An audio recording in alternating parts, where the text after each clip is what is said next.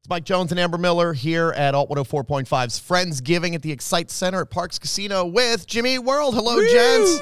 Oh, look at that. Look at that. Making your own applause. I love that. We're ready, and man.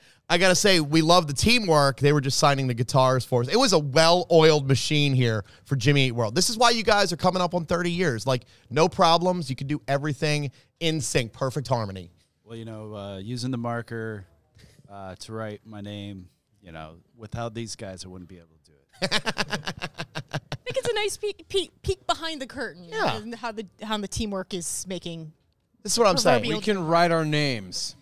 This Barely. Got that down. This and some all right songs have kept Jimmy Eat World going for quite a while.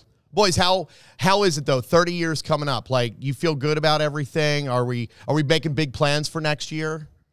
We're feeling pretty good about everything. Yeah, I mean, it's you know, we live with ourselves every day, so we don't kind of take stock all that often of like how things have progressed or where we've been and where we are. But with that coming up, it's a big deal. You know, I mean, not everybody gets a chance to do this for 5 years, 2 years, for 1 2 year. years, yeah. First album could be the end of everything. Yeah, that could be it. So we're pretty fortunate, and we're excited. Was there a point where you guys said, all right, we've been in this for a long time and we think this is going to last? Like, at what point were you feeling really good about everything with Jimmy Eat World? Maybe when Bleed American came out, maybe? I mean, I've always felt good about this. It's always been fun, but it wasn't until maybe 2008 that I felt like, oh, wait, I guess I'm just doing this. That's a pretty long time into everything, though. This is sort of what we're doing now, I guess. Okay. I'm not going to have to work at, like, Home Depot in the lumberyard or anything at this point. We're good. We're locked in. Well, you never know. Nothing wrong with the lumberyard, though. If you guys are handy, hey, there's always a second career, too. You know? So I do want to mention that this is not the only time in a, say 12-month period that we regionally, I would say locally, but regionally we'll get to see you, because it was real fun to see your name pop up on the Adjacent Music Festival lineup. And that's a first-time festival on the beach in AC. And we were like, ooh, squee, more Jimmy Eat World. Yeah, we're excited about that, coming back and playing. I think May 27th, I think, is the date of that. Memorial Day weekend. Yeah. It all blurs together. As we get closer to that, you'll know. We'll know. Yes. We'll be there for sure. No, everyone's already pumped up. It's you guys and Blink, Paramore, Bleachers, Japanese Breakfast is on that? Yep. Yeah. Yep. It's going to be a good one. 2 days on the beach right there. I mean, can't ask for much more than that. I mean, I'm a native Detroiter. I'm like a landlocked kind of person. The idea of a festival on a beach is like the sexiest thing on the planet to me. So, especially when, it's bands that we love. So we're super looking forward to that. And for you guys, more sand. Hooray. Hey, more sand. It's like Phoenix, but now there's water over there. Beach sand's different than desert sand. Yeah. Are you pet people? One of our benefactors tonight is Morris Animal Refuge, and so they were like the first animal shelter in the entire country, right? When you come to Philly, there's always, we did all the first things, right? But one of the first in the country, and still going strong. We were just looking at their numbers, and like they placed almost 1,000 animals this year. It's a really cool thing. Are you pet people? Like we love our animals. Mike's got his cats. I've got my dog. Are we pet people? Yeah, I have a dog. You have a couple dogs, don't you, Tom? Yeah, I have one. We love our animals. I think we all have pets. We've all had pets and are big animal people. And like Pound Puppy. So these adoption centers, that's where the love can be found. Absolutely. So, I don't know. We always are looking for, I don't know, if you're a pet person, you're like, you want to find every reason to show pictures of your pets to people. And I'm sure when you're on the road, there's, the element of missing the pets for sure. But thank you for being here tonight and helping support that awesome Philly charity. Oh, that's great. And also Mural Arts Philadelphia, which is the biggest public art organization, in the entire country. Like, it literally is. It's huge. It's what makes Philly Philly. And so tonight, every single penny that was spent on tickets is benefiting those. I also want to give you an opportunity to shout out while we're in like a giving kind of mood. Are there any maybe local charities on your end or national charities that you love or that you've been super passionate about recently that, like, here's a chance for you to give them a little extra love? Yeah, we recently did an auction with Phoenix Children's Hospital, and that's been an organization that Jim and I have kids, and we've had to take our kids there for various reasons, and it's such an awesome organization, and we auctioned off a guitar for them just in October. So they're a huge huge force for good in the Phoenix community that we like to support and cheer on.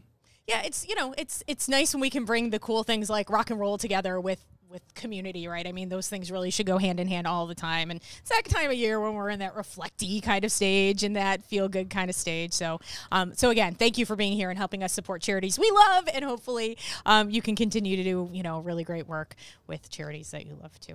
I want to talk about the 2 new songs you guys have put out. Something Loud. You said reflective, like Something Loud and Place Your Debts. They're both very different songs, but they feel reflective, looking at yourself and like, hey, this is looking back in the past of what I've done in my life. Is it like was this something that came out of the last couple of years, since we all did look at our lives a little harder over the last few? I mean, it's sort of like nothing else to do but kind of be alone with your thoughts of your life. Yeah, the last couple of years, and I guess, for Something Loud, I think that we just felt like we needed something that would be fun to play, and that got us focused on, I guess the core of what we do is guitar rock.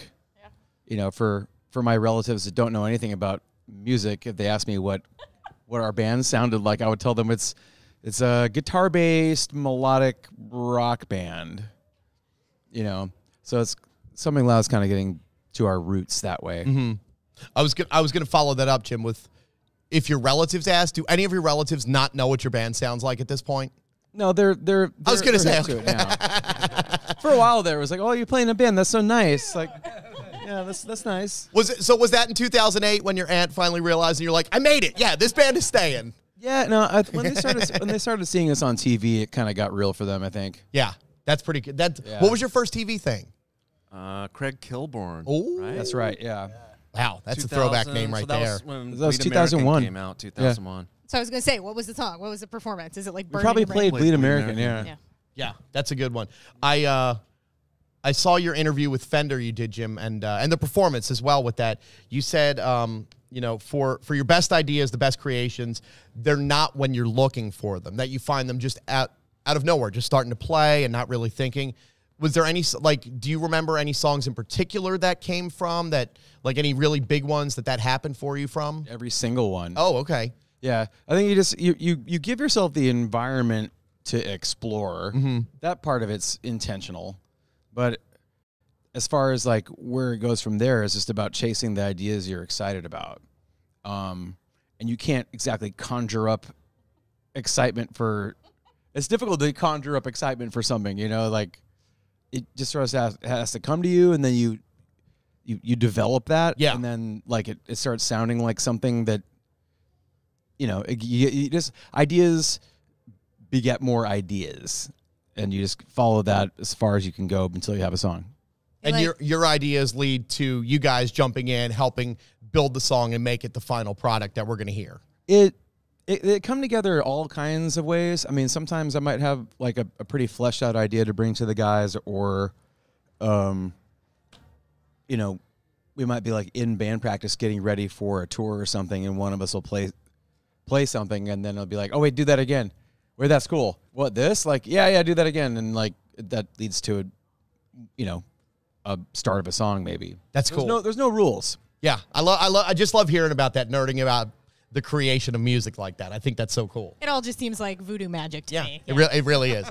It's magic made in Phoenix. That's what it is. The label just faxes the sheet music, and we learn that really. That's how it goes. What's a fax? So I got one more question, guys, about a big milestone you hit this year. Crossed it off the bucket list. You played in Alaska, your 50th state. Like, that's right. What else is on the Jimmy Eat World bucket list? Are there places around the world you want to play that you haven't gotten to yet? I think we'd really like to go to Iceland. We've never been able to do any shows there, and that's something that, it's just an area where we've never been to, and there's a lot of, mystique and intrigue to that area, so we'd love to go and do a show there. Have you guys ever watched the videos? JJ from Kaleo, he does videos around Iceland. Like, he did one at a volcano that erupted, on an iceberg. Like, he really gets into it. So there, like you were saying, there's a ton of awesome stuff there. That'd be a really cool place to go play and visit. Yeah.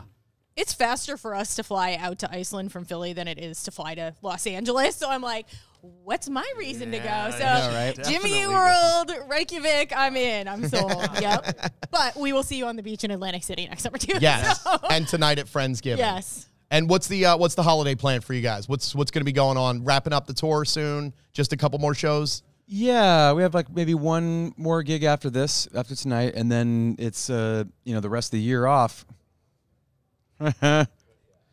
Which means right back into recording stuff. Yeah, and everything. yeah. Actually, you never really clock out of this thing. Then Australia in March. Yeah, we get to finally close out some of our 2020 rescheduled things with Okay. Australia in Check March. those off the Wild list. times, indeed. Very cool. Yeah, Well, we'll be real busy. an album next year at some point, probably. Let's not commit, but probably. Probably. Sure. All right, that's a confirmation then. That sounded like it. Well, Jimmy Eat World, we got you tonight for Friendsgiving. Thank you guys. This is a lot of fun. Thank you. Yeah, Thank thanks. you. Thanks, guys. Thanks for so having us. much.